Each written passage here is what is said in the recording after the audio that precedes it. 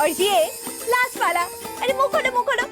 Court में मेरी बात चलती है और बाहर मेरा हाथ। तुम यही कहती थी ना माँ, बस पता चल जाए तुम्हारी खामोशी की।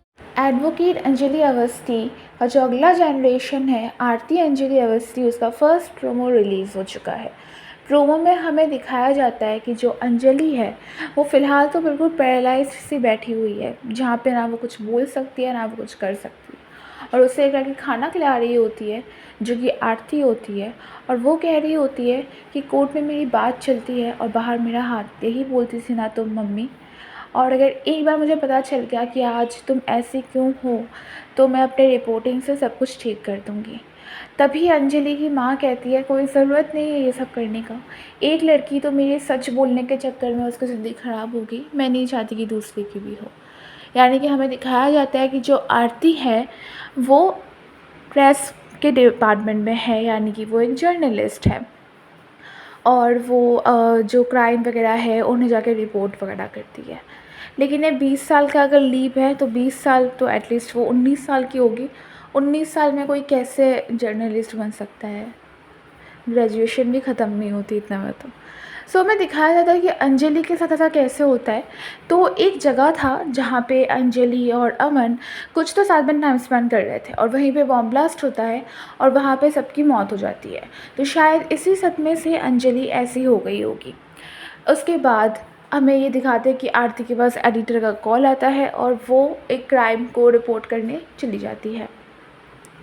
सो ये है प्रोमो एंड ये होने वाली है स्टोरी। अब हमें लीड में दिखने वाले हैं पुनीत, जैसे कि पहले के वीडियो में मैंने कहा था, और अमन राय ज़्यादा की तो एग्ज़िट हो जाएगी, या फिर ऐसा भी हो सकता है कि अमन जो हो वो रहे। जैसे कि श्रीतमा का डबल रोल है, अंजलि का भी और आरती का भी।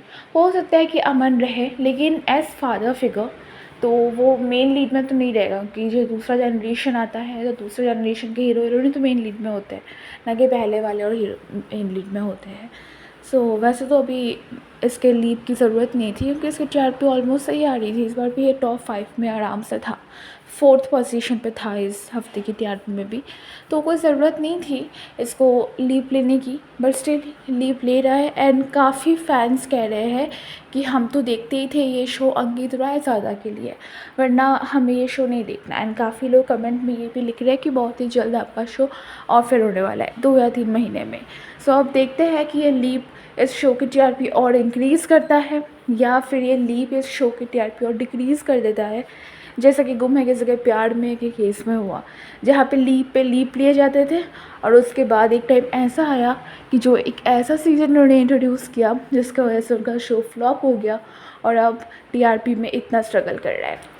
That's it for this video. आप लोग मुझे कमेंट सेक्शन में ज़रूर बताना कि आपको ये वीडियो कैसी लगी और आपको ये प्रोमो कैसा लगा, आपको आरती अंजलि अवस्थी पसंद आई या नहीं, और क्या आप लोग देखोगे। कमेंट सेक्शन में अपनी राय ज़रूर देना और सब्सक्राइब कर लीजिए मेरे चैनल को ऐसी और सीरियल अपडेट्स के लिए। मिलते हैं मेरी नेक्स्ट वीडियो में। Till then bye bye.